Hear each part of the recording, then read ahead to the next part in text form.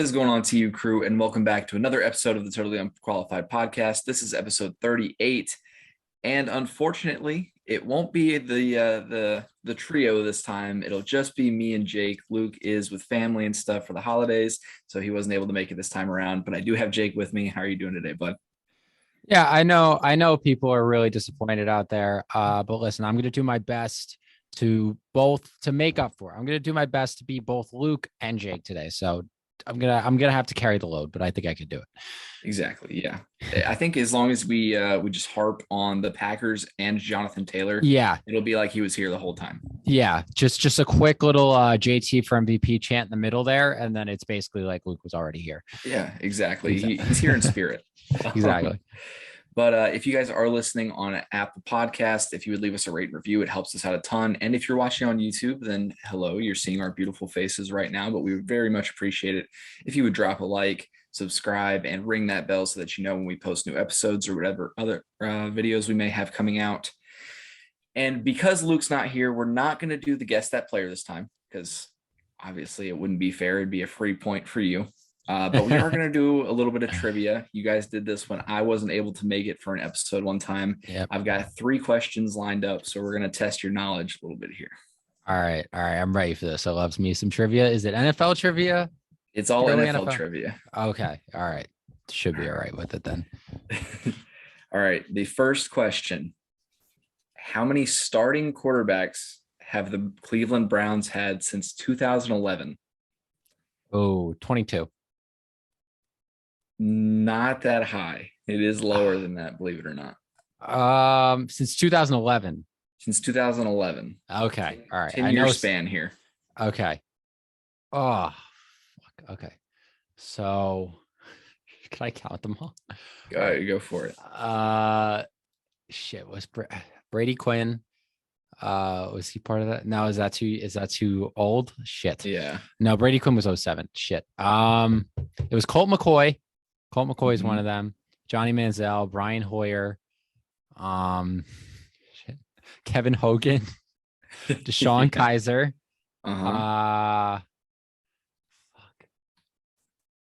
Baker, obviously, Case Keenum. I'll say this: it starts at Colt McCoy and obviously ends at Baker Mayfield. Okay, all the guys in that span. So I got 7 right now. I'm trying to think of any more.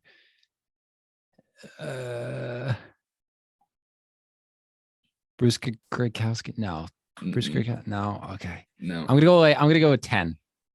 Close. They've had 12 starting quarterbacks since 2011. Colt McCoy starts it off with 10 to 11. Then Brandon Weeden 12 to 13. Brian Hoyer 13-14. Manziel 14-15. What is his first name? Davis. You know who I'm talking about. Yeah, he was the starter for a bit during 15. They had 3 different starters. No, not Davis Webb. No, Davis's last name, I forget. I wrote his last name and not his first name like a dummy. Yeah. But they had 3 different starters in 15. Luke McCown was also during that time. Josh McCown too. Or Josh McCown, not Luke McCown. Yeah. Luke Saints fan. Luke McCown. Yeah, same. Yep. Cody Kessler, RG3, Deshaun Kaiser, Hogan, Tyrod Taylor, and then Tyrod Taylor, of course, leads into Baker Mayfield. I'm so pissed that I didn't get RG3 or Cody Kessler. I was such a Cody Kessler guy too. I thought he was the answer. He obviously was not. Yeah. All right. 0 for 1. All right. Yeah. All right. Next up, who was the first player ever drafted into the NFL in the 1936 draft? That was the first draft. I know this. I know his name. I've seen him in documentaries. I've watched YouTube videos on it. I know he got drafted to the Chicago Bears, if I'm not mistaken. Was it the Bears? Do you know this? I want to say, yeah. I'm gonna be honest here. I'm gonna level with the people at home. I literally just compiled these just before we started, so I didn't do a ton of research. But man, I can't think of his name right now. I can't think of his name. What was it? He was also the first Heisman winner. Oh shit! He didn't even sign his contract, right? He never played in the NFL. I don't think so. No. Okay. Oh, I can't think of his name. I can't think of his name right now. His name was Jay Berwanger. Yes. Yes. Yeah. Damn it. He played at the University of Chicago. Yes. University of Chicago, for those that don't know, used to be a Big Ten team. They used to be in the Big Ten, and they suspended their athletic program in like the 50s or 60s, and now they're a D3 school. All right, and then for this last question, I went with something that's somewhat relevant because we had Bucs versus Giants this past week, and that was the only game in NFL history where a 300-pound player both caught a touchdown and caught an interception. So, who was the heaviest player to ever play in the NFL? Was it William the Refrigerator Perry? Is it Dontari Poe? No. I wouldn't say that he's like necessarily a big name player. Larry Allen? No. Oh, fuck. He's not a big name? No, I wouldn't say so. I had never heard of him prior to looking this up. Okay, then I'm probably not going to know him. Who was it? It was Aaron Gibson. He was an offensive tackle for the Lions. He was their first round pick in the 1999 draft and weighed 410 pounds. How? Yeah. How are you? You're not even athletic at that point. Like you can't possibly be athletic. You're just large. Yeah. Apparently after he got out of the NFL, he went through like a rough patch in his life and got to 480 pounds. But since then, apparently he has cleaned up his life and he actually has lost a lot of weight and has like washboard abs now. Holy shit. Good for him. If he can do it, anybody can do it. Hey, good for him. That's all right. 0 for 3, but it's all right. We're educating people. And that's exactly. It's always fun to learn something new. Yeah. But we are going to make a little bit of a switch over. We haven't talked about the NBA really this season other than making our way to early award predictions and stuff like that. So I figured, we would take this opportunity to go ahead and jump into that. And we're going to talk about some for reals and some frauds in the NBA right now. We're just going to go through all of the teams that are slated to make the playoffs as of this point because we are about a quarter of the way through the season. So we'll start with the East and just go down the list from top to bottom, and I'll get your opinion, I'll get my opinion, and we'll go from there. All right, so in the East, the current 1 seed is the Brooklyn Nets. They're 8-2 in their last 10 games. They started off a little rough, but they seemingly have picked it up. Yeah. I mean, I can't say they're not for real. They got to be for real. Probably the most talented team in the East right now, especially if they had Kyrie, which obviously they don't right yet. No. So Kevin Durant's playing great basketball. And when that team is firing on all cylinders, they're tough to beat. So, I mean, the Nets are as real as they come in the East right now. Yeah, I would have to agree with that. When you got a guy like Kevin Durant, you got James Harden backing him up, and you got plenty of role players up there. I think that they're definitely for real. Kyrie, that situation I look at is almost like their Michael Thomas. Like if he is able to come back, he's going to add a whole other element to the team. But if he's not, then I mean, they're not that the Saints are managing, but you get my point. Yeah, exactly. Next on the list, we have the Miami Heat. Yeah. I think I gotta go for real here. I don't know if they'll finish. I don't think they'll finish as a 2 seed in the East. I think that's a little high for them. But they definitely have that type of talent, especially with Kyle Lowry now. He's definitely been a great addition for that team, along with Jimmy Butler and Bam Adebayo. You know what those guys can do. I just don't bet against any Eric Spoelstra-led team. He's just such a great coach, and they got some dogs down there in Miami. And I think Kyle Lowry honestly might have been the missing piece for this team to maybe make a run at the finals this year.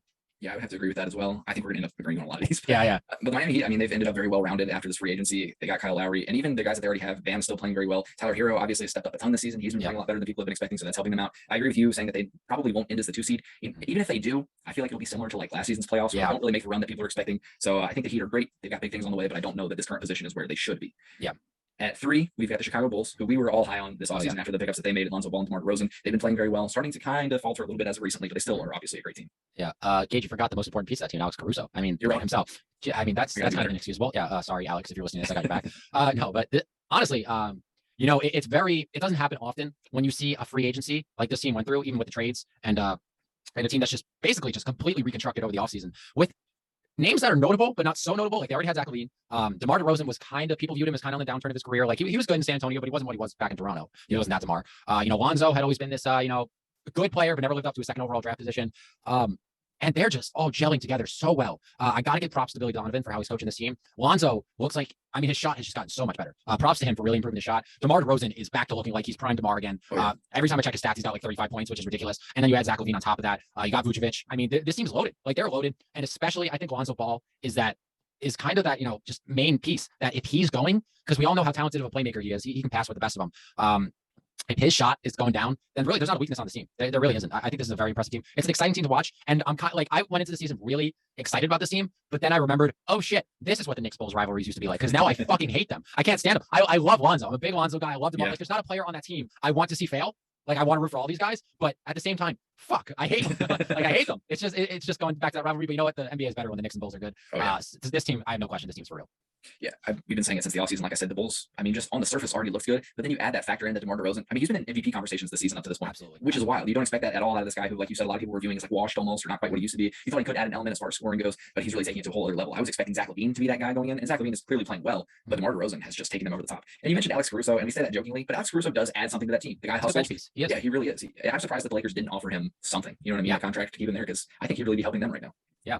And the Lakers need all the help they can get right now. Just kind of off topic, but did you see how after Dennis Schroeder in the interview, NBC Boston, have you guys really paid Russell Westbrook like whatever amount of money? Is so funny. So funny. That's terrible. Oh man. But yeah, so Lakers are horrible. Bulls are good. And then at the 4 seed, a big surprise. Huge in the Washington Wizards. Yeah. What the hell? What? Yeah. I don't know what their odds were to be a playoff team before the season, but I wish I could go back and put some money on that. But after saying that, though, I do think they're frauds. I don't know. This team, yeah, they got Bradley Beal, but I mean, the narrative kind of going into the season was Bradley Beal's probably going to be down by the trade deadline. Like, I don't think anybody saw that Bradley Beal would be staying with this team much longer. He most likely wanted to go to a contender. That might change now with the way this team is playing. I really just don't know who am I. Kyle Kuzma. Kyle Kuzma has been playing really well with this team. They've surprised a lot of people. With that being said, I do think they're frauds. I don't think they hold this up with 82 games. They're not experienced enough, and it just doesn't make sense to me. Like they have lightning in a bottle. They caught lightning in a bottle with this early season run that they're on. I just don't think they sustain it. There's not a lot of depth on this team, and when it comes to like the dog days of the NBA season, and you're really fighting for playoff positions, I just don't think the Wizards have enough juice to get through that. Yeah, I agree with like the lack of talent, or not lack of talent, but the lack of experience on the team. Bradley Beal obviously has plenty of experience. He's a vet at this point. He's played very well throughout his career. Even going to last season, I mean, he played extremely well with a much less talented team, despite having Russell Westbrook next to him. But even early in this season, he wasn't playing all that great. Like he was struggling shooting and stuff like that, and they were still getting it done. So they're definitely a big question mark for me. Whether or not they're frauds, I don't think that I would go that far or disrespect them that much just yet. I think that they will kind of hang around and contend at least, or like float around these bottom spots. You know what I mean? Or maybe even just kind of hang in the play-in. But yeah, the Wizards, big surprise. Kyle Kuzma's playing well. I think my biggest concern would just be his consistency throughout the season. I don't know if he can keep up this level of play. And then at 5, we have got my team in the Charlotte Hornets. We were just talking before we started recording. We've bounced all over the place. Started off really well. We were at 2 seed at our peak. Then we dropped down to the play-in, and then we've come back up and have made it to the 5 spot above the Milwaukee Bucks. So I'll go ahead and let you start this one as well. What are you thinking about us? Definitely not in the fraud position. I'll tell you that right now. This team is really an exciting team to watch, and you just see all the players, all the young talent that this team has. And they got a really bright future ahead of them. They really do. I mean, we all know how good LaMelo is. And then you have Gordon Hayward on that team, which is a great veteran presence who can put up points. James Bouknight, and then you got PJ Washington is still there. So just a lot of great pieces on this team, and players that could really, that are still growing, that are still developing, that could really turn into talented players in the NBA. And they're really putting together now. And listen, anytime I get the chance to put on the Hornets, I take it. I like to watch them. They're just a very fun and exciting team. I do think they could possibly, capture that 6 to 5 seed right where they are now, come the end of the season, and maybe make a run in the get into the playoffs there. But as for if they're good enough to make a deep playoff run, I don't see that. I don't think they're there yet. Now, 2-3 years now, I could definitely see that. But right now, I think they would probably be a one and done type team in the playoffs, but definitely an exciting team. Yeah, last season we made the play-in and lost our first matchup, so we didn't even make the playoffs then.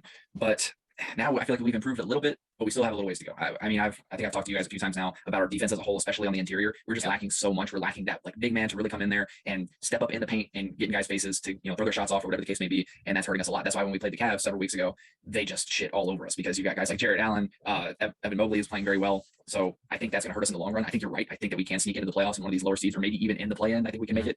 But as far as making a run or anything like that, that defense is going to hurt us, especially against really good teams. Yeah, I agree. And then lastly, another kind of surprise just because of how low they are right now. We've got our former champions coming off of their, Giannis's big hurrah. The Milwaukee Bucks are in the 6th seed. What do you think about them? I'm saying they're frauds for the sole reason of their frauds in the 6th seed because they're not staying there. They're not staying there. All right.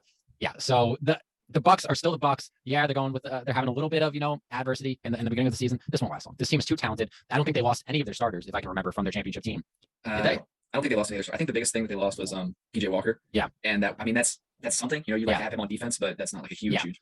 Yeah, and Giannis is too good. It's crazy. Giannis is like 26. He's still getting better. This team is too talented to stay down there. They're gonna get it together.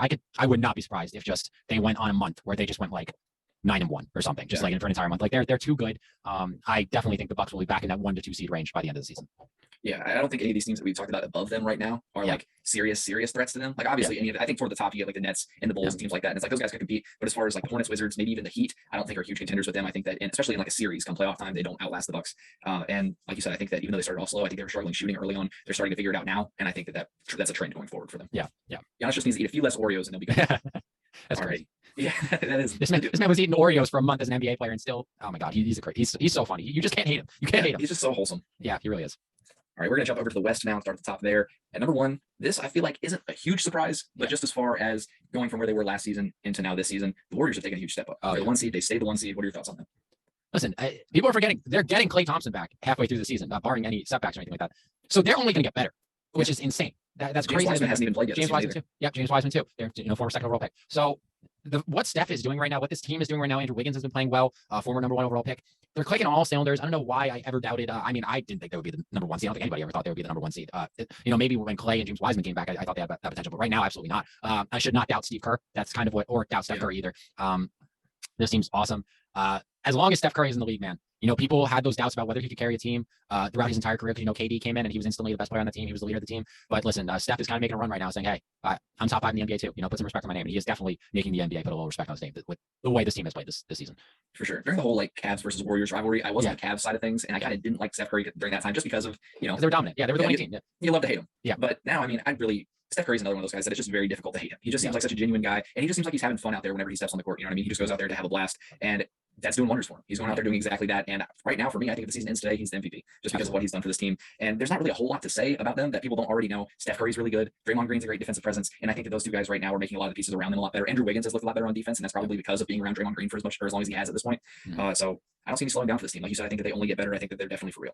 Yeah. Number 2, I don't even know how much we really have to talk about this team. We've got the Suns, who just came off of being in the finals against the Bucks. They didn't end up pulling off, but right now they're on a 15 game win streak or something. The first few games they start off slow because they were shooting horribly. I think everybody on the team was shooting like 20%, but now they're getting it going. They look like the same team that was just in the finals. And I think that other than the Warriors, there's not a lot of other teams I could see competing with them right now. Yeah, this team, people forget, this team was 2 games away from being the NBA champions. Yeah. And then they kind of fell into that shooting lull that allowed the Bucks to come back, and they kind of trickled into the start of the season where they can really know their shots were falling.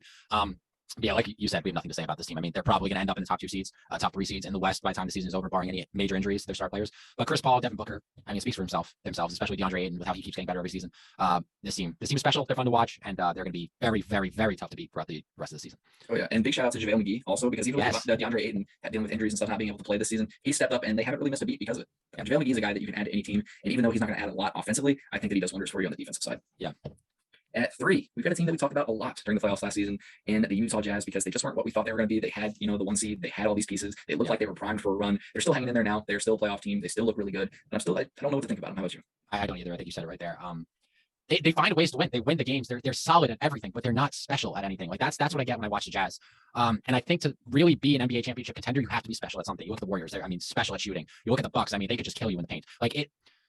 I don't know what their identity is. I don't, but they're good at everything. So they're going to be a tough team to beat. I don't know what to say. This team is definitely going to be very, they're going to get in the playoffs. They're going to be probably a top 4 seed in the playoff, and we'll see what happens. I think that Donovan Mitchell really needs to start having the kind of year that, Demar Derozan's kind of having to really put this team into championship contention. But if he just keeps having, these mid 20-point games, which there's nothing wrong with that. He's going to be an all-star. So there's nothing wrong with that at all. But I think this team needs a couple of their players to step up to really put themselves in the top tier of the NBA.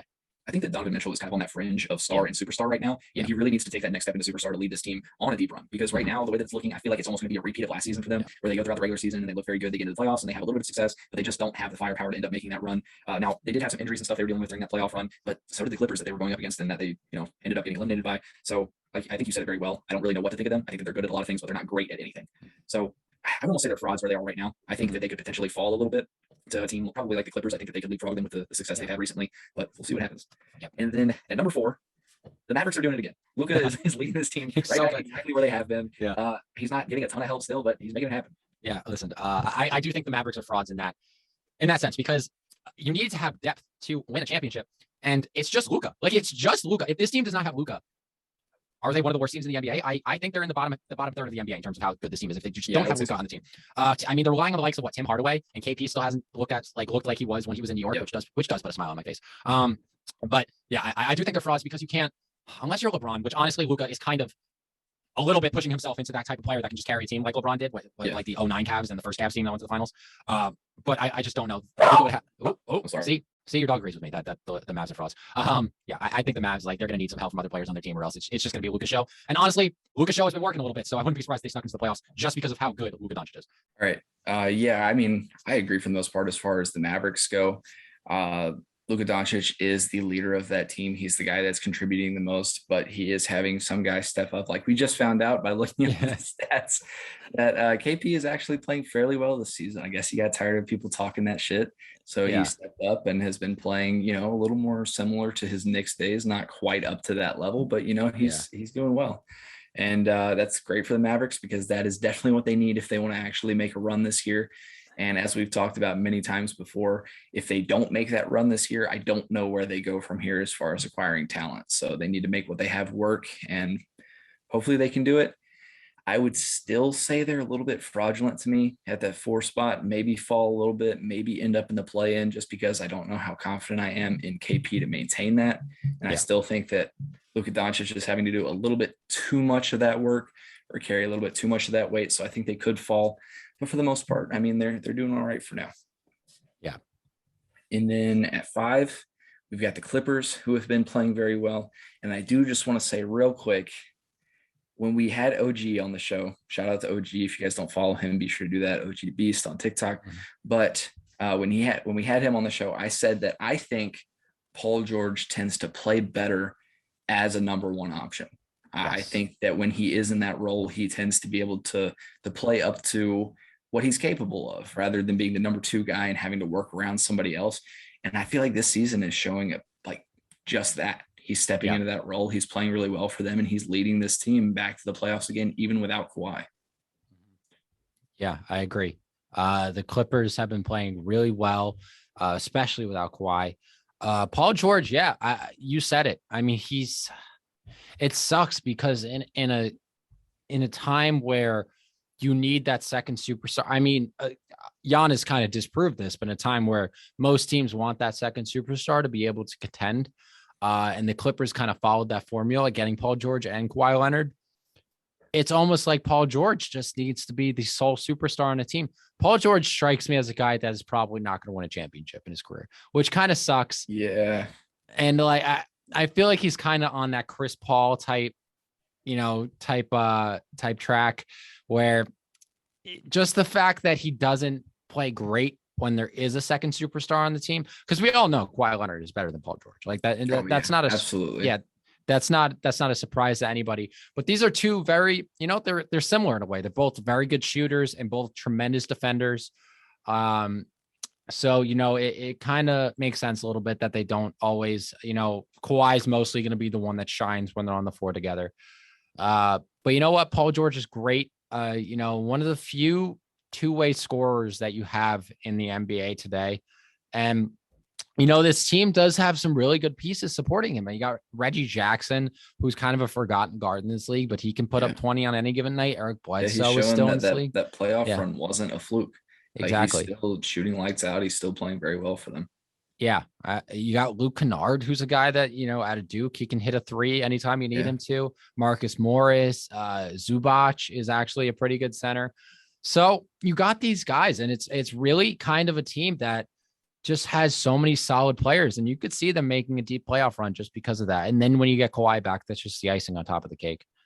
Oh, for sure. Yeah, I think that Paul George is doing more than enough to get them back to that point, and you get Kawhi Leonard back late in the season, just in time for that playoff run where he's fresh. I mean, there's no limit to what these Clippers can do, but I'll have to see it to believe it also, just because it is the Clippers. And it is the Clippers. Yes.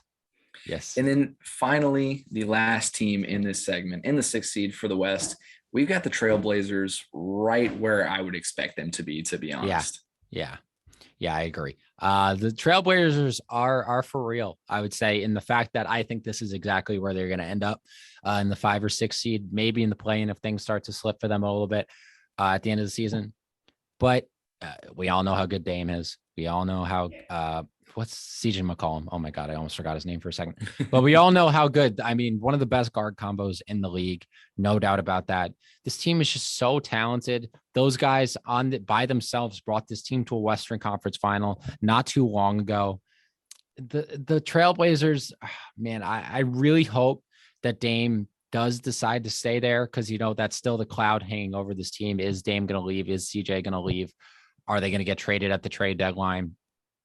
But, this team, it just feels like they've been one piece away for so long, and they just haven't been able to get that piece.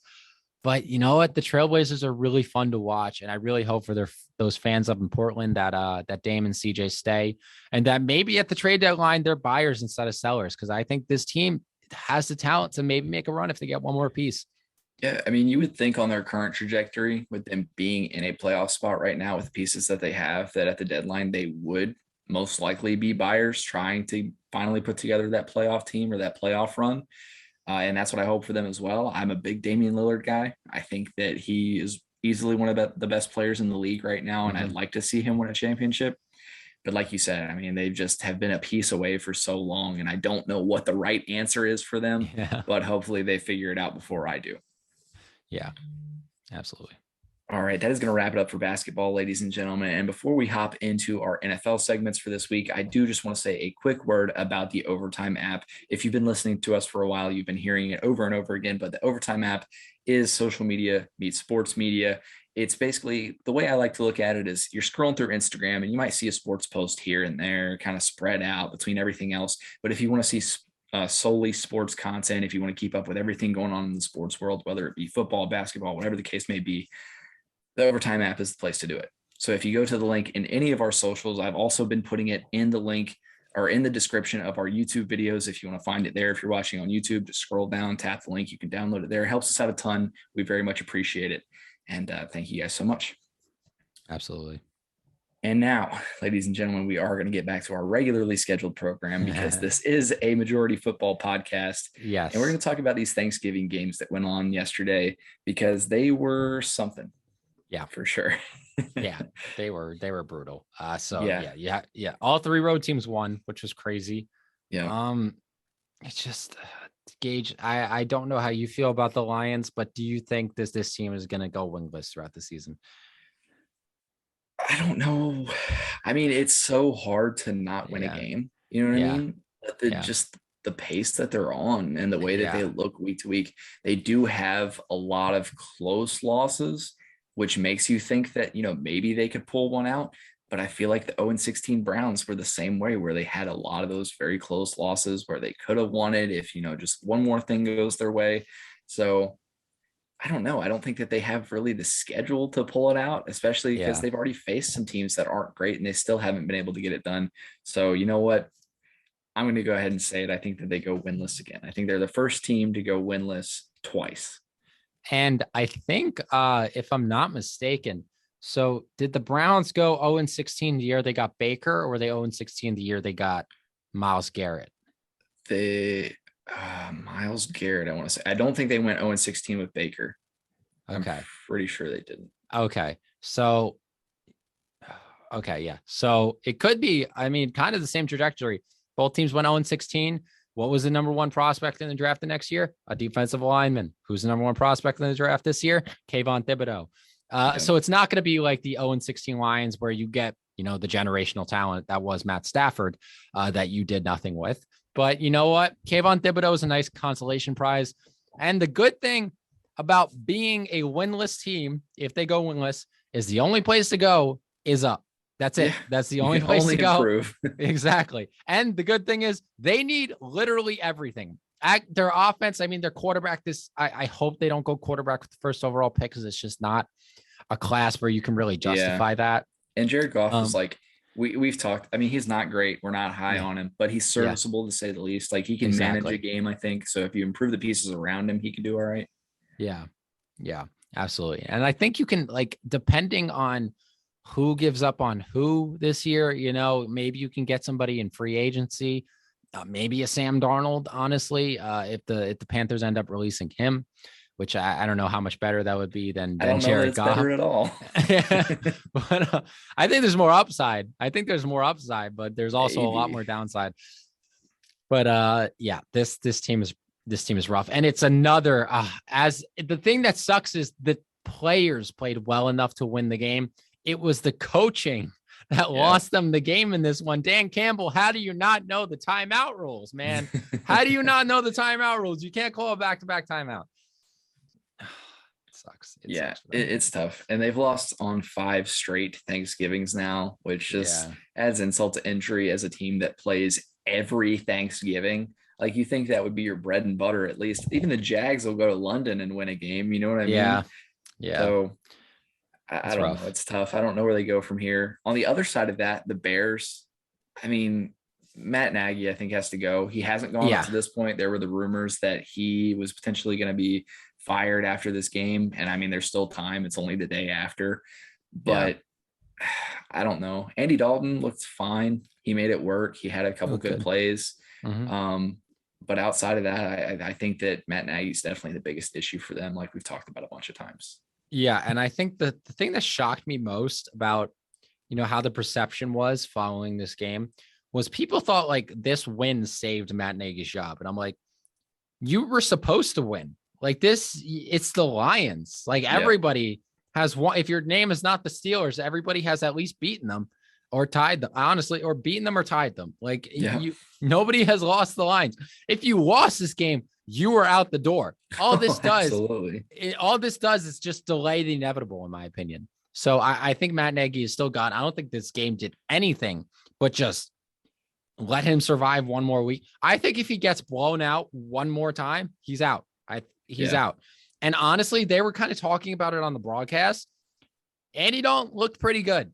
He looked pretty good. Then again, it was the Lions. Let's not forget that. I've been thinking that. I've been thinking ahead. that for a little while, honestly. Like I know Justin Fields hasn't been like he adds some upside with his legs and stuff like that. Yeah. But earlier in the season, at least, especially in like Justin Fields' first starts, I was like, you know what, maybe Andy Dalton would be the better option as of right now. Yeah. Just because I feel like, that veteran presence, he's not going to add anything really special, but I feel like he's going to make at least slightly better decisions when throwing the ball. Yeah. So if Matt Nagy wants to save his job, maybe the answer is actually to keep Andy Dalton. But at the same time, I mean, fans will be calling for his head if he doesn't continue to start Justin Fields, even though Justin Fields, it came out today, does have some cracked ribs. So we don't know how long he'll be out. Yeah, that's not something you want to rush back from. No, especially because it can only get worse because he's the type of guy that his legs are a big part of his game. So he's going to be running around and he is going to be susceptible to those hits, but maybe that'll teach him to slide. Everybody gets all those running quarterbacks learn at some point. And the ones that didn't name are Andrew Luck. That's, and we all know where Andrew Luck is nowadays. Yeah. But I don't think Matt Nagy is sad about the fact that Justin Fields is not going to be able to play, not because he doesn't, he's not supportive of Justin Fields, just the fact that it's kind of the Teddy Bridgewater situation in Denver. It's just Andy Dalton's a safer pick. Yeah, exactly. So do you think the Bears at the end of the season should just blow it up, blow up their defense, trade away some pieces, get some picks, and just build this team, get a new coach in and build this team around Justin Fields? I think that it was kind of heading that direction to begin with. Yeah. To an extent, at least, because we've heard those rumors coming out lately about the Seahawks potentially, the Bears made them an offer regarding some picks. And they said that that Khalil Mack was also involved in that. Khalil Mack and Akeem Hicks were thrown around in the discussion. They didn't say that it was all packaged together in one trade. Exactly. So for the people at home that are saying like, they're stupid for not taking that deal, we don't know that that deal included all of that. Yeah, exactly. The way I look at it is like it was Khalil Mack or Akeem Hicks and then another probably starter. Like that's what it was. If it was Khalil Mack, Akeem Hicks, and 3 first-round picks, I love Russell, but you can't refuse that. Like, come on. Like that you're getting 2 like Pro Bowl caliber. Khalil Mack's going to be a Hall of Famer. Akeem Hicks is one of the best, D tackles in the NFL. Like, and then you're getting 3 first-round picks on top of that. Like, come on, nobody can refuse that. So I'm sure that was not the discussion. It was either Khalil Mack or Akeem Hicks, and then another, Bears starter, which is not saying much with the Bears starting lineup. So probably, and yeah. I don't know though, because that kind of goes either way. Like you think that kind of that's aiming at the Bears, somewhat blowing it up because they're getting rid of those defensive players. Yeah. At the same time, they're giving up 3 first-round picks. So it's like, it feels like they're kind of throwing away their future in that. So I don't know. I guess they were kind of looking at Russell Wilson as the guy to kind of take them to that next level or that next step. But I'm kind of glad the Seahawks didn't accept that trade because I love Russell. Russell's my favorite player. So you're putting him in literally the exact same situation that the Seahawks have, that he's in right now. And the Seahawks having no defense, because if you get rid of Akeem Hicks and Khalil Mack, I mean, they got Roquan Smith, but really Eddie Jackson hasn't shown up in 3 years. Like who else does the Bears defense have? That it's not really that impressive other than those couple of guys. And then you're putting Russell Wilson behind an average to subpar offensive line with a pretty good running back and some decent wide receivers. And you're asking them, hey, go win football games, get us to the playoffs.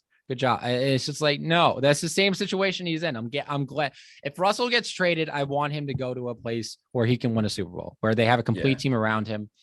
And I want the NFL to see what Russell Wilson's full potential can be with a team that, is just loaded on offense. Maybe he'll go to the Bucs when Tom Brady retires. Who knows? Oh, God, don't say that. But yeah, getting back into the Bears thing, I don't know. I don't know what the answer is. I don't know. I think that they'll probably retool more than anything. I think that they clear out the staff and replace a lot of them. But as far as trading away a lot of players and stuff, I think that they try to keep a lot of the personnel that they have. Moving on to the next game on this slate, we had the Raiders at the Cowboys, which was very weird if you watched that game at all. Like, it looked a lot early on like the Raiders were just dominating despite the score being pretty close. I mean, you have like a Tony Pollard return kick that keeps the Cowboys in it and stuff like that. But the Cowboys do start to pick it up late in the game. They keep it close. The Raiders end up winning it. But holy crap at the penalties in this game. I've never seen more flags in my life, I don't think. 28 penalties in the game. I mean, it was the refs. The refs were feasting on Thanksgiving yesterday. Just wild. Should have had them eating the turkey after the game. Yeah, seriously. The thing that came out, like, obviously the Cowboys, they came back a little bit at the end and they started playing better. But the thing that I took out of all of this was Anthony Brown, who's a corner for the Cowboys, his press conference after the game, where he said basically that it became that Derek Carr was just throwing at him on every third down because he knew he was going to get a call. Anthony Brown, like, dude, do you not take any responsibility for why he was?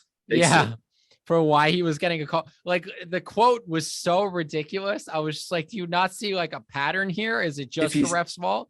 If he's throwing at you, make him pay. Yeah, exactly. Make a play on the ball. Do something. You know he's going to come to you. Turn your head around. Maybe start there. Start there. Yeah, you're going to get a pass interference call.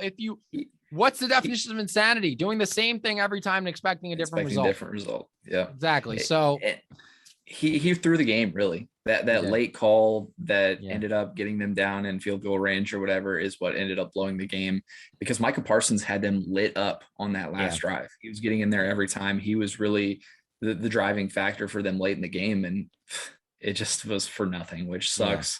The Raiders end up pulling it off. The Raiders are still just a strange team to me because all of the adversity, I don't know what to think of them as far as where they go from here.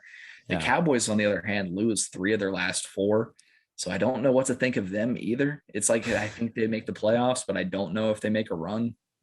Yeah, I just want to say to all the Cowboys fans, because I said I would buy a Cowboys jersey if the Cowboys won a playoff game this year.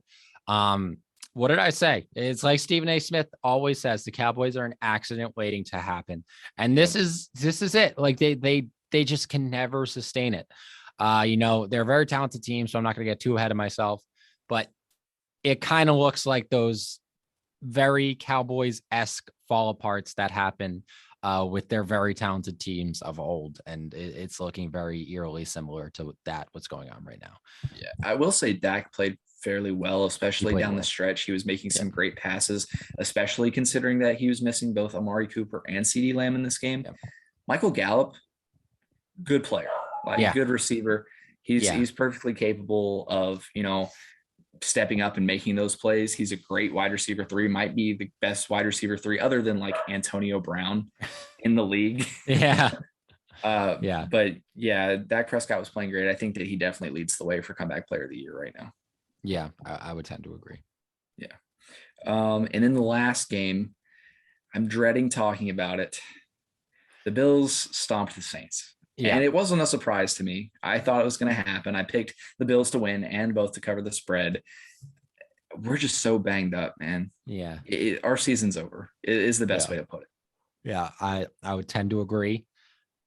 The Bills, their narrative continues though with the either blowout or get blown out. It's weird. Yeah. This team is so weird. Aside from the Jaguars game, which honestly, if it was any other team other than the Jaguars, they would have gotten blown out with how poorly they played in that game. Yeah.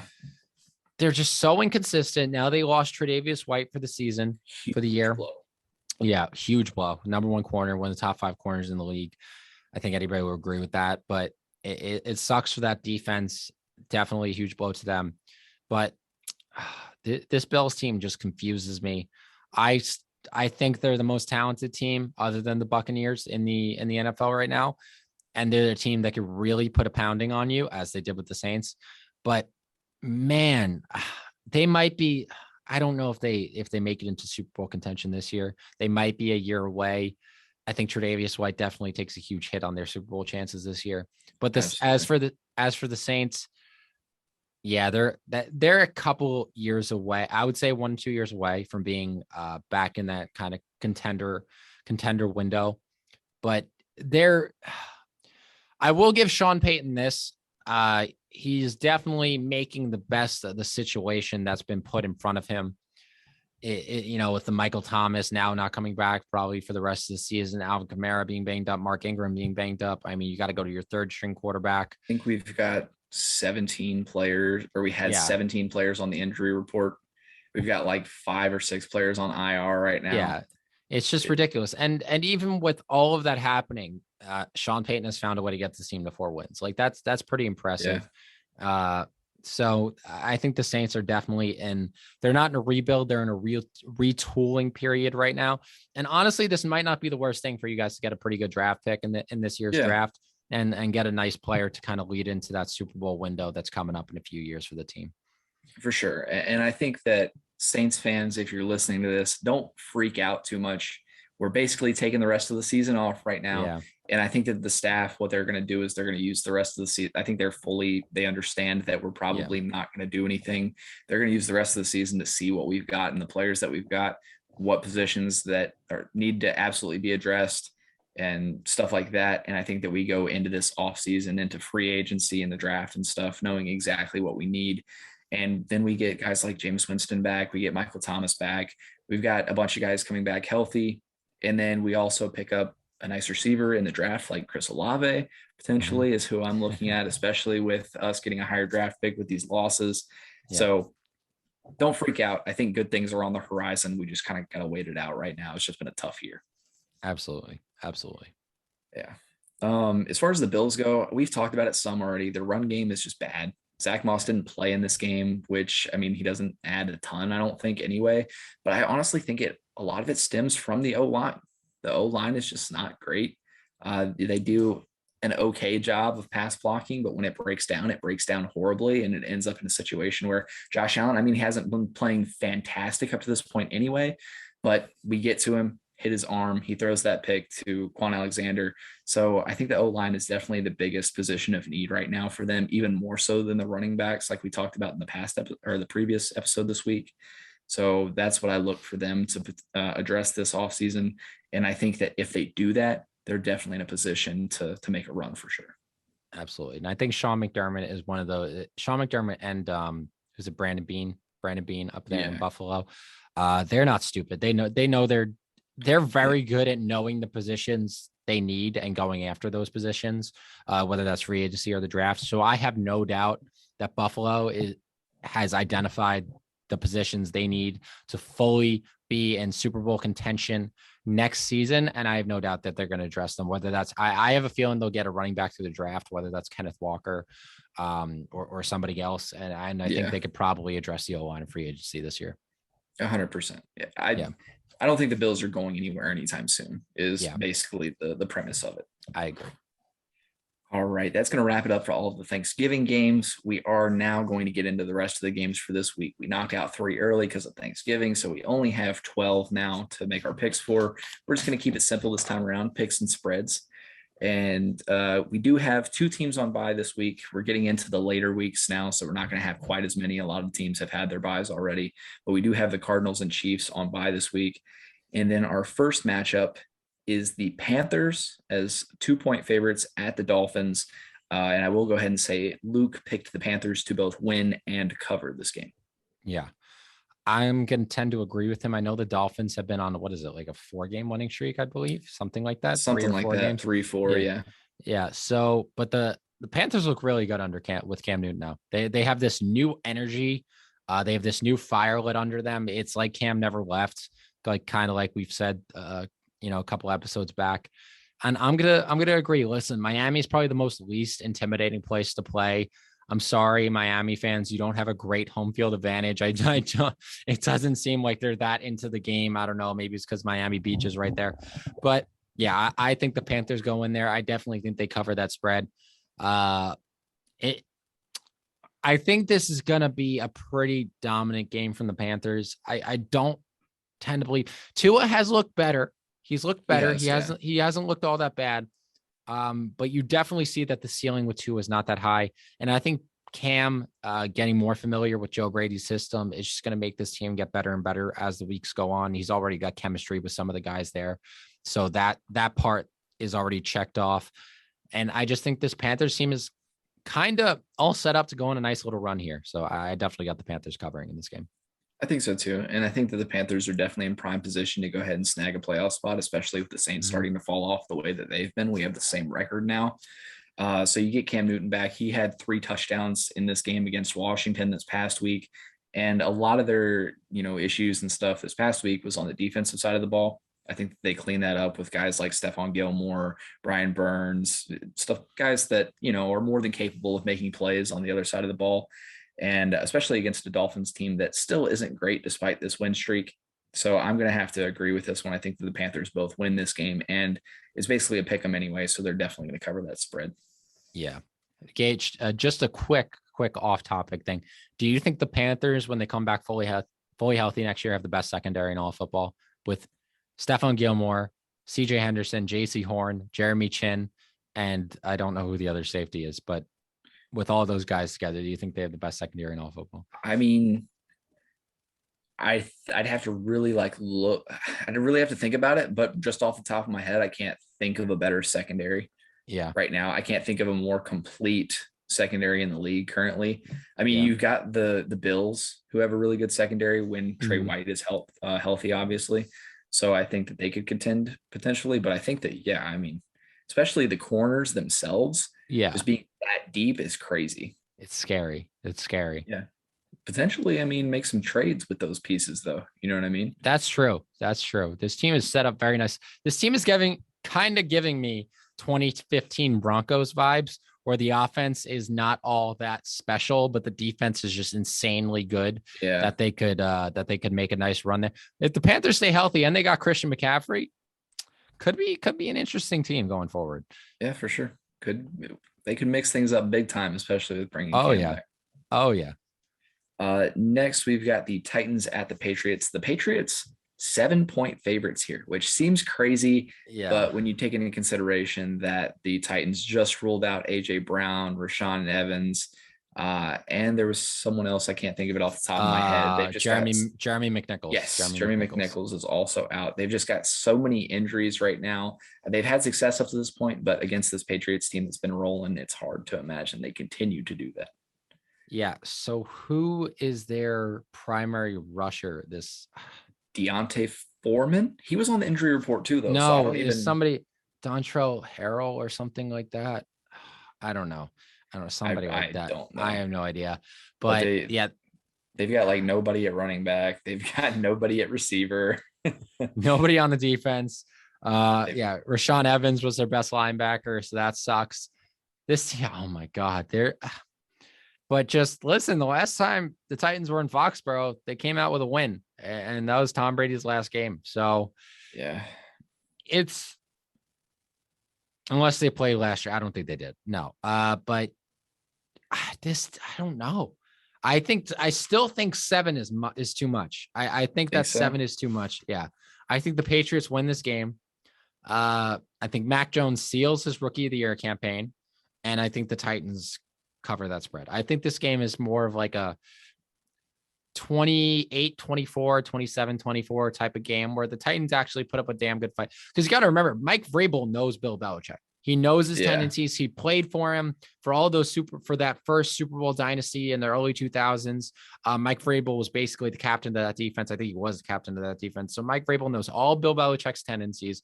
And just because of that, I just don't think that the Patriots will ever blow out the Titans, just solely because Mike Vrabel knows Bill Belichick too well. So I think the Patriots win, but the Titans cover. Okay. I will go ahead and say Luke has the Titans both winning this game and covering the spread. But I am going to have to disagree here. I think that the Patriots win this game. And even though 7 points is a lot of points, I think that the Patriots are going to cover it as well. I know that Mike Vrabel obviously knows the defense very well. He knows what Bill Belichick has or likes to do, but they just have so many injuries, just such a lack of personnel right now that even if he knows what he wants to do against this team, I just don't know that they'll be able to execute it because of the guys that they're missing. You have Ryan Tannehill, who throws 4 interceptions this past week against the Texans, which I don't want to just harp on that and continue to crap on him, but that was with A.J. Brown on and off the field a little bit, but he was on the field for a portion of that game, and Tannehill still struggled. So I don't know what to expect with him against a secondary that's significantly better than the Texans, in my opinion. So I think that the Patriots will go ahead and win this game and cover that spread. Next, we've got the Eagles, who potentially are starting their playoff campaign as 3.5-point favorites at the Giants. Luke picked the Eagles to both win and cover this game as well. He didn't pick any like one team to win and then the other team to cover. They're always winning and covering. So Luke's feeling very confident this week. By the way, the only healthy rusher for the Titans is Dontrell Hilliard. That's Dontrell Hilliard. So pick him up in fantasy. I haven't gotten him yet. And I also do want to say, going back to Titans, last quick point, Nick Westbrook has looked good for that team. He's kind of been a guy. He has been playing fairly well. He's been the go-to guy with like all the injuries and the receiving core. But anyway, moving on to the next game. But yeah, Eagles at Giants. I have no doubt the Eagles win this game. Jalen Hurts has been he's shown his improvement as he's been playing from game to game. This Eagles team has looked better. As the Giants team has done the exact opposite. They've just looked worse and worse and worse. Now they do have Saquon back finally. Saquon's kind of knocking some rust off. So I think he'll play better in this game. The Eagles defense isn't all that intimidating. But yeah, I do think it's in the Meadowlands. I don't know, 3.5. Yeah, I think the Eagles can cover that. Yeah, I got the Eagles winning and covering the 3.5-point spread. Yeah, I'm going to take the Eagles also, and I think that they will cover that. I think if it was just a little bit bigger, I would take the Giants to cover that. Yeah. But I think that these two quarterbacks have gone the complete opposite direction this season, pretty much. Daniel Jones started off really good, and we were like, oh, wait, they might actually have a guy. He might be living up to that potential that Giants fans have been saying that he's having. Now he's kind of reverting back to those old ways and turning the ball over. And then Jalen Hurts was the opposite. He started off the season and it's like, man, what is this guy doing? He looks really rough. Now that they're getting that run game going, he's starting to look a lot better, both in the passing game and rushing. He looks very good. His stats right now, I know I sent it in the group chat on Instagram not too long ago. His stats right now are comparable to Lamar Jackson's through that amount of time for their careers. So definitely not a bad guy to be compared to. So I'm going to take the Eagles, and I think they cover as well. And then next up, we have got an AFC West divisional matchup in the Chargers at the Broncos. The Chargers open up as 2.5-point favorites. Yeah. Talk about two teams going in opposite directions. Same thing with these two. Chargers have looked a lot better lately.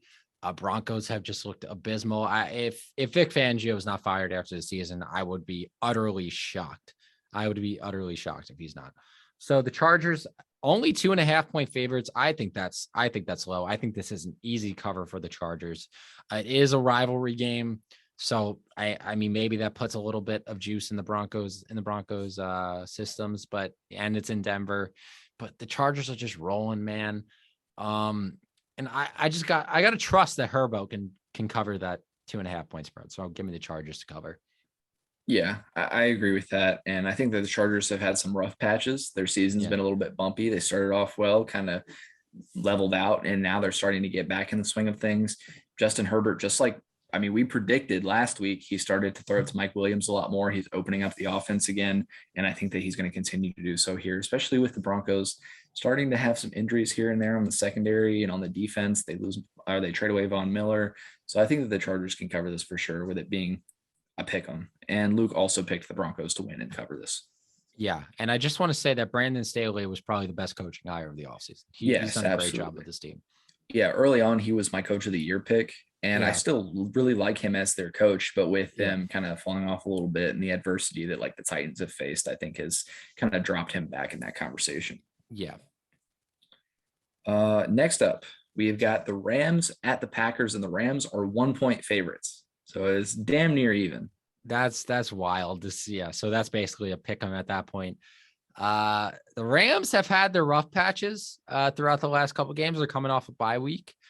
And the Packers, they just lost to the Vikings. Man, this is definitely the game of the week, in my opinion. This is going to be a great game to watch. I feel like this should have been Sunday Night Football. I don't know why it's not. I wish they would have flexed. I wish they would have flexed this game. This is going to be a great game. Aaron Rodgers, Matt Stafford, 2 MVP candidates going at each other. I am going to take the Rams in this game. I know the Packers just lost and they're going to be a little hungry for a win here, but the Rams are kind of hungry for a win too. They haven't looked all that great. They kind of want to prove this is very much a prove yourself type of game in the NFC, because it's very likely that these teams see each other come playoff time. So, and it could possibly be in the NFC Championship game. That's a very real possibility there. So, you know what? Two young offensive minded stud head coaches going at each other. I'm excited for this one, but I think Sean McVay has some tricks up his sleeve for this game. And I think this is kind of the Rams coming out party for this year. And I think this is when we finally start to take them seriously as Super Bowl contenders. Yeah. And I have to agree with a lot of what you were saying. I think that a lot of what you said was completely accurate there. And I think that despite the Packers having a very good defense up to this point, their O-line is not looking good. They suffer more and more injuries every week. I think that David Bakhtiari will finally be playing this week. So that'll be, that'll be helpful. But even so, I mean, you've got Aaron Donald and Von Miller on the other side of the ball coming at you with a beat up O-line. So Aaron Rodgers is a guy, he can make those plays, but he can only do so much. Yeah. And then even in the secondary too, they're still like, they've looked decent enough, but when you're going up against a guy like Cooper Kupp, they picked up OBJ, who they've had another week with him now in the bye week, where I'm sure that even though they're kind of on their vacation, I'm sure he and Matt Stafford were either getting some work in or they were talking 100%. Through some stuff the entire 100%. Week. So I expect him to come out and that connection to look a lot better. So I think that the Rams will definitely win this game, and it's a pick 'em. So of course they're going to cover as well if I'm picking them. And Luke, of course, is picking the Packers, and he picks them to cover as well. He thinks, I guess, that defense is going to hang tight. Yes.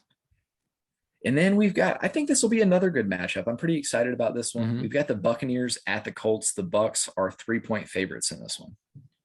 Yeah, the Colts have really turned their season around and started playing like the team that we all thought they could be. Jonathan Taylor. This should be a perfect time for the Jonathan Taylor for MVP. Just a little shout out there. It's basically like Luke is here. But yeah, the Buccaneers for my money are the most talented team in football.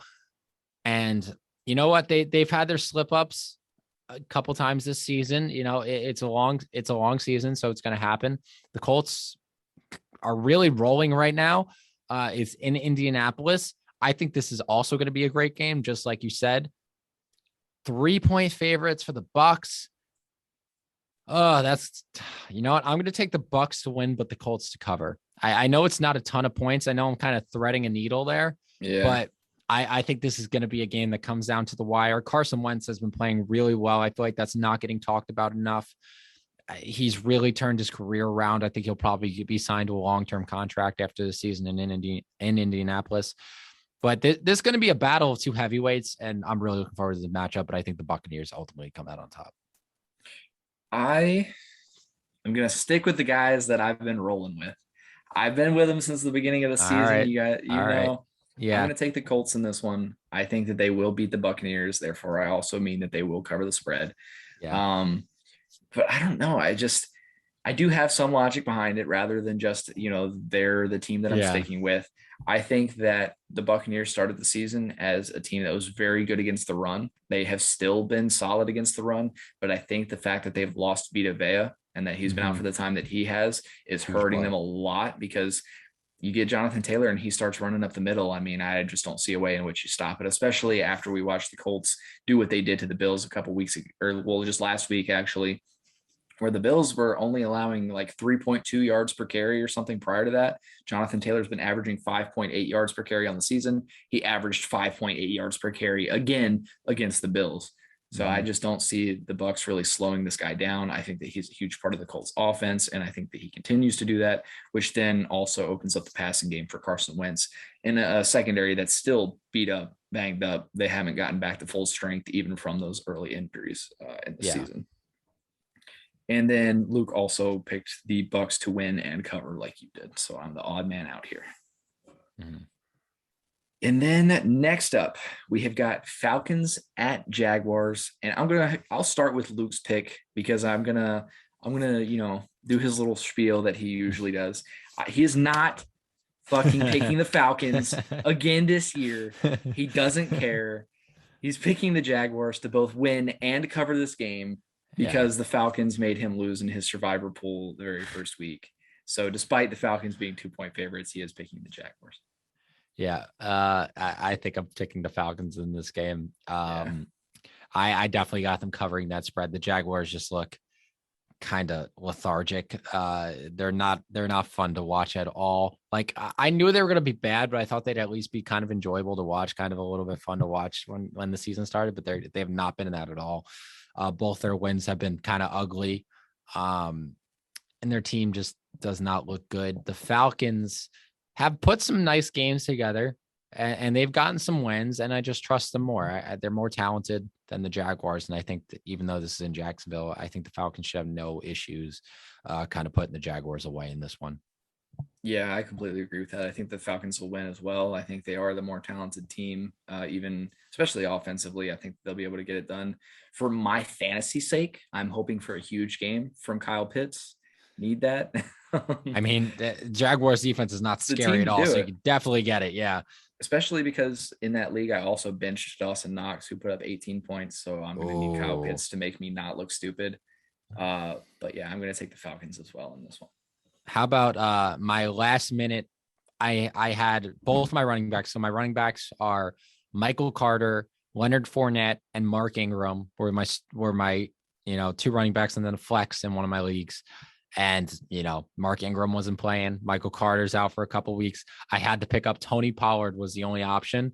That went very well for me. Yeah. And Tony Pollard playing against the guy I was playing against had Ezekiel Elliott. So Tony Pollard ended up putting more points. Yeah. So that was a very clutch pickup for me. Got to give love to him for that one. Yeah. With all those injuries, that's definitely the guy to have.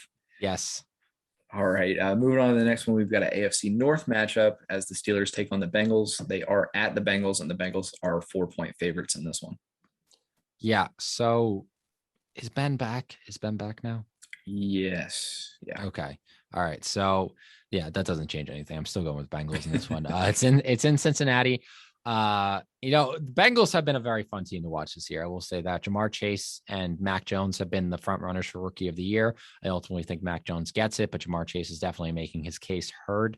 Joe Burrow has looked really, really good this year, bouncing back from an ACL. The Bengals defense, although they haven't been great, they've been very surprising, as we all thought this defense was going to be kind of abysmal. Like, there was nothing special on the defense, but they've been kind of a nice surprise this year, as has the Bengals O-line, or everybody was telling them to draft Penei Sewell. They've kind of put together a nice little run there with that O-line that's been playing pretty well. But I think the Bengals are this is a tale of two different teams too. The Steelers are kind of just trying to scrap for any win that they can get. They got a couple injuries. Chase Claypool's been banged up. Ben has been banged up. Najee Harris has really been their only consistent piece on offense. As well as Pat Freiermuth, who Penn State guy, been playing really well for them. Very clutch pickup for me in fantasy as well. But the Bengals, I got no doubt that the Bengals win this game, and I think they cover too. Yeah, I'm going to go ahead and take the Bengals in this one as well. The Steelers are just a little bit iffy for me. I don't know where they stand on their defensive injuries because of TJ Watt and Joe Hayden both being out this past week. I don't know that they're going to return in time. I haven't heard anything about that. But that is a concern for me. If they're not in there, then I think that Joe Burrow and Jamar Chase are definitely going to eat in this game. So yeah, I'm going to take the Bengals in this one. And Luke is going opposite of us, actually. He's taking the Steelers to both win and cover this game. Shocking. Shocking. He's usually not high on the Steelers. So. Yeah, no. Next, we have got the trash bowl of the week in Jets at Texans. The Texans are 2-point favorites. Yeah, I think I'm going to go with the Jets in this one. I think the Okay. Texans are lulling us into a false sense of security with that win last week over the Titans. And I think I think Vegas kind of wants, people to pick the Texans in this one. But I think the Texans are going to blow it because they're not talented. They're not talented. I think the Jets get their second one of the season here, or third. Is it? No, they only have one win. Third? No, I think they do have 2 wins. Yeah, they beat the Titans, and then they beat the Bengals. Yes. The Mike White game. Yes. So yeah, I think the Jets get their 3rd win of the season here. Both these teams battling for 3 wins right now. So that just tells you how exciting this matchup is. But yeah, I think the Jets actually I think Joe Flacco's actually been playing pretty well. Despite the fact that the Jets are an abysmal team, they're not going to have Michael Carter, which is obviously a big blow in this game. I might be wrong, but I want to say Zach Wilson's back. Will he? Okay, so that's even more of a reason. I think so. To pick the Jets. You think so? Yeah, I do think so. He's definitely, he has his rookie moments, but he's definitely the most talented in that room, no doubt. So yeah, I think the Jets win this one. And I think obviously they cover the spread if they win. If he is back, it'll be interesting to see because so many people have kind of been on that narrative that, okay, well, he played, then he had a little time to sit behind these guys and see how they prepare and stuff like that. So maybe he'll come back better and fix some of those issues. So that'll be interesting, but I am actually going to take the Texans in this one. I think that Tyrod Taylor being back and playing gives them a little bit of an edge, especially with him able to use his legs the way that he is. Even with him being a little bit older of a guy, he's still able to get around just fine. He's got mobility like crazy, and he's not bad throwing the ball. And he's got a great target in Brandon Cooks. So I think that against this Jets defense that has not been great other than just a couple pieces and like CJ Mosley and Quentin Williams, I think that the Texans will definitely get the win here. And Luke is taking the Jets like you are, and he's taking them to both win and cover. Let's go. Next up, we've got Vikings at 49ers. The 49ers are 3-point favorites here. I don't know about that one. I don't know. The Vikings showed me a lot last week. I think they looked really good. This is definitely a high-powered offense. And the 49ers have that tendency to they definitely have that factor of just kind of slipping up games this year. They definitely have that kind of fatal flaw in their team. And I think the Vikings end up winning this one and covering. I think this is a shootout. I don't think any of these defenses are going to do much to stop these offenses, but I just think the Vikings are the better team in this one. I might bet on that, actually. I might actually put a little money on that because I definitely think the Vikings take this one. I've taken a few weeks off from betting, but I think I might sprinkle a little parlay or something. Yeah. I think this week's got some nice ones. Yeah, it's a good week for it. Yeah. For me personally, I'm going to take the Vikings in this one as well. I don't think that like you said, I don't think either defense is that great. Yeah. I don't think that they're going to be making any big plays or anything like that. And I think it'll come down to just what they're able to do on offense. And I think Kirk Cousins has been playing very well. Justin Jefferson, obviously coming off of his biggest game of the year against the Packers. And I think that both he and Adam Thielen will be able to do similar things to what they've been doing, especially against a 49ers secondary that hasn't been great this year. So I think that they'll be able to pull it out there. And then even Dalvin Cook, I mean, you get the run game going a little bit, even against this great front seven. And I think that, you're solid all the way through the game. So I think the Vikings will win this, and I think that they'll definitely cover that spread as well. Yeah. By the way, shout out to Kirk Cousins. Kirk Cousins has been playing really well this year. He deserves some notoriety. He did have some throws this past week that could have gone really bad, but didn't end up. But other than that, I mean, he's been playing great. He's got 2 interceptions on the year, I want to say. I think so, something like that. Something ridiculous. He's like contending Tom Brady for like the best ratio or something in NFL history, which is insane. But it does sound like a very Kirk Cousins thing to do, like just kind of hang around and then all of a sudden have this crazy season. Vikings fans are probably pissed because this is finally his last year of his contract. Or did they extend him? I think they extended him. I don't know. I think this was his last year, and Eddie starts playing very, very well, and he's probably going to get, whether he does have an extension or not, he's going to stick around longer in Minnesota after this. There's definitely worse guys to have. that's always what I've said. Like if you have listen, Minnesota, you've been focusing on the wrong side of the ball. You get a defense.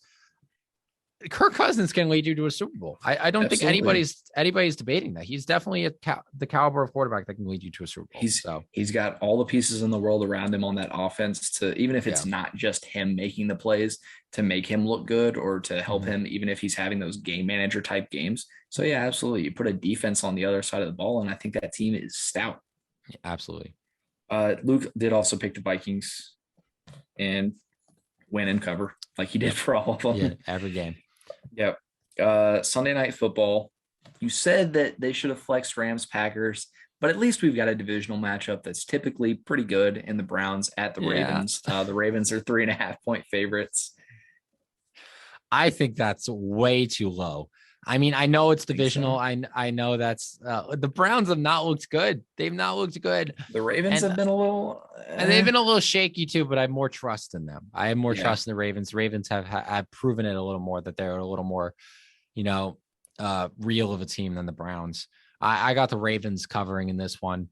The Browns have just looked very, very shaky as of late. The Ravens have had their moments, but I definitely think the Ravens are a team that ends up in the playoffs, and the Browns probably just miss out. Yeah, I have to agree with that. I think that the Ravens will definitely win and cover as well. I would even maybe, if like you're looking to bet, go with like an alternate spread here, something a little bit higher than that, because the Ravens have a tendency to kind of blow out the Browns. And with the Browns looking the way that they have, I think that they're more than capable of doing that. Luke also picked the Ravens here, so we're 3 for 3 on that one, but I don't see it going the other way. Yeah. And then lastly, we've got Monday Night Football, Seahawks at Washington Football Team, and it is even. That hurts completely me. Even. So this is just to pick them. That hurts me that this is even. Damn. Yeah, the Seahawks. I mean, I gotta pick the Seahawks in this one. All right, they can't go 3-8. They cannot go 3-8, especially since we don't have our first round pick this year. So it just sucks. This is all for nothing. I mean, anyway, we do better in the later rounds of the draft anyway. So it might be a blessing in disguise that we don't have a first round pick. So we whiff on a top 10 pick. That would be just terrible.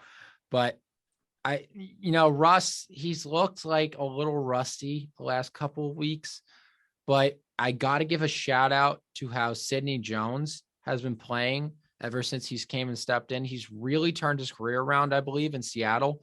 And I think he's finally living up to, like, he was a second round pick in the NFL. He was very highly touted coming out of Washington. So he's from the Seattle area, played at Washington.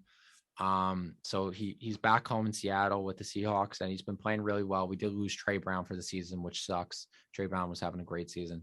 Yeah. But, oh man, he's going up against the Heinegoat. I got to take Russ. I got to take the Seahawks. I know this might come back to bite me in the ass, but we got to beat Washington, right? Hey, we got to beat Washington. You can't not pick the Seahawks while you got the sweater on. I know, exactly. Pick them while you got the sweater on. Best Christmas sweater ever. Yeah. I would have an issue with that. Yeah. Luke did also pick the Seahawks in this one. For me, it's really tough because I want to look at this as like a Seahawks bounce back game. Russ finally knocks off all that rust that you were talking about, and he starts getting it to his guys. They're able to play well and pull out this win against what's been the worst secondary in football. But at the same time, the way that Taylor Heineke's been playing, and we were just talking him up on the last episode, I kind of want to go with him to go ahead and get another win on the win streak and potentially, make a little push for the playoffs as well. Yeah. It's tough. I hope Washington gets in the playoff. I bet $20 on them to win the division at the beginning of the year. So I hope they do. Because it's even, I think I'm just going to go ahead and pick the narrative that I like more, and that's going to be the Heinegoat getting another win in a row here. I think that he comes out and he and Terry McLaurin ball out. I think that it'll be a close game. If there was a spread here, I think if it was like a decent little margin, I would still take the Seahawks to cover, but I am going to take Washington in this. I think the Seahawks win by 9 points. 9 points? I might take an alternate spread in this game. I might take a little, that right. might, you know what? This is a very good week for a little parlay action. I think it is too. Yeah. I might do a little parlay of my own. That'll be interesting. Yeah. I don't know. I've been thinking about it like for the past few days, Yeah. just what I want to put together, but Yeah. we'll have to see. Yeah. All right. And that's going to wrap it up for us. We appreciate you guys listening as always. Unfortunately, Luke couldn't be here, but he was with us in spirit, of course. We didn't end up picking his team, which he might be a little bit upset about, but we'll have to talk that out when he gets back. Yeah. So Jake, if you have anything to add. Yeah, guys, just make sure to go follow us on all of our socials, especially the Totally Unqualified accounts. Our Instagram has been blowing up a little bit lately with some of the reels doing really well. So go make sure to follow us at Totally Unqualified Pod on Instagram, at Totally Unqualified on TikTok, at TU Sports Podcast on Twitter, and of course, Totally Unqualified on YouTube. Follow me, Gage, and Luke on our TikToks at Extra Points for Gage, at Jake Maltese 3 for me, and of course, at Football Fan Zone for Luke. And we appreciate all the support you guys give us. See you in the next one.